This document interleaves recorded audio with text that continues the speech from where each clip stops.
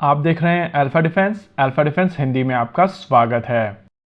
आज के इस वीडियो में हम लोग बात करने वाले हैं extended range anti submarine rocket के बारे में। इंडियन नेवी की रिक्वायरमेंट को लेकर डीआरडीओ एक ऐसा सिस्टम डेवलप कर रहा है जिसका प्रयोग करके आप सबमरीन्स को मार सकते हैं और ये सिस्टम भारतीय नौसेना के एग्जिस्टिंग शिप्स के ऊपर डाला जाएगा। आज डीआरडीओ की तरफ से इस सिस्टम का सफल परीक्षण किया गया था और पीआईबी रिलीज के हिसाब से ये इस सिस्टम के यूजर ट्रायल्स थे जिसमें ये पूरी तरीके से सफल रहा है। इस पूरे डेवलपमेंट को बेहतर तरीके से समझने के लिए आपको भारतीय नौसेना के शिप्स को ध्यान से देखना पड़ेगा और उनके ऊपर ये जो सिस्टम आपकी स्क्रीन के ऊपर सर्कल की मदद से दिखाया गया है इसके बारे में समझना पड़ेगा। इस सिस्टम का नाम है RBU-6000 और ये एक एंटी सबमरीन रॉकेट है। रशियन ओरिजिन के जितने भी शिप्स हैं उनके ऊपर आपको ये सिस्टम दिखाई देगा और जिन देशों ने रशिया के साथ में मिलकर अपने पहले शिप्स बनाना शुरू किए थे उनके शिप्स के ऊपर भी आपको ये सिस्टम दिखाई देगा।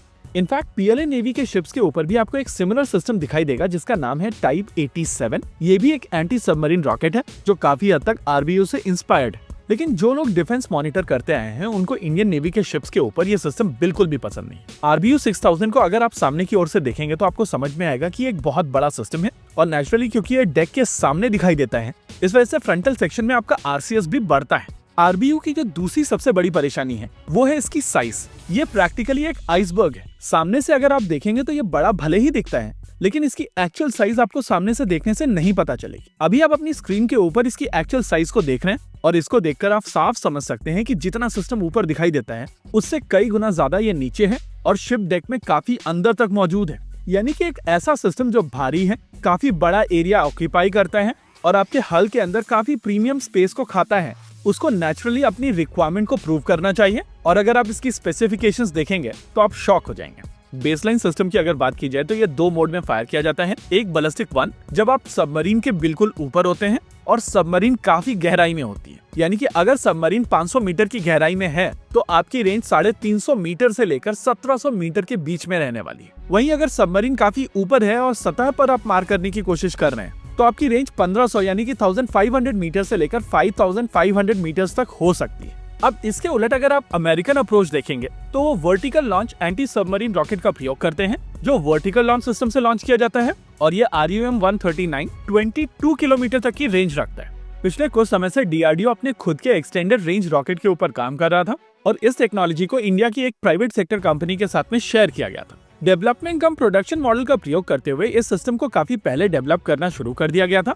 और पिछले 2-3 साल से इसकी टेस्टिंग चल रही है। ये एक्सटेंडेड रेंज वेरिएंट एग्जिस्टिंग आरबीयू से लगभग दुगनी रेंज रखते हैं लेकिन इनका असली पंच आता है नंबर्स के वजह से। एक टिपिकल RBU-6000 की मैगजीन में 72 से 96 राउंड्स होते हैं और आमतौर पर आपके सभी शिप्स के ऊपर लगभग 2 ऐसे सिस्टम्स प्लेस किए जाते हैं। पिछले कुछ सालों में नेवल वॉरफेयर काफी हद तक बदला है और अब नेवल शिप्स के लिए सबमरीन से ज्यादा अनमैन्ड अंडर वाटर वेसल्स यानी कि UUVs और अनमैन्ड सरफेस वेसल्स यानी कि USVs और ज्यादा बड़ा खतरा बन चुके हैं। ऐसे में अगर आपके पास में 180 रॉकेट्स हैं जो 9 से 10 किलोमीटर की दूरी पर किसी भी टारगेट को मार सकते हैं, स्पेसिफिकली अनमैन्ड, तो अब उनकी यूटिलिटी और ज्यादा बढ़ जाती है।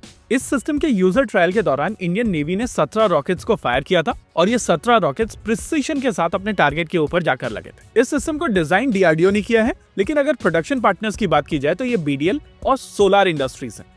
यानी कि जिस इंडियन प्राइवेट सेक्टर कंपनी ने अपने प्रोडक्शन प्रोसेस का प्रयोग करते हुए भारत के multi barrel rocket launcher system Pinaka को बेहतर बनाया है, वही कंपनी अपनी प्रोडक्शन क्वालिटी को इस सिस्टम में भी लेकर आएगी।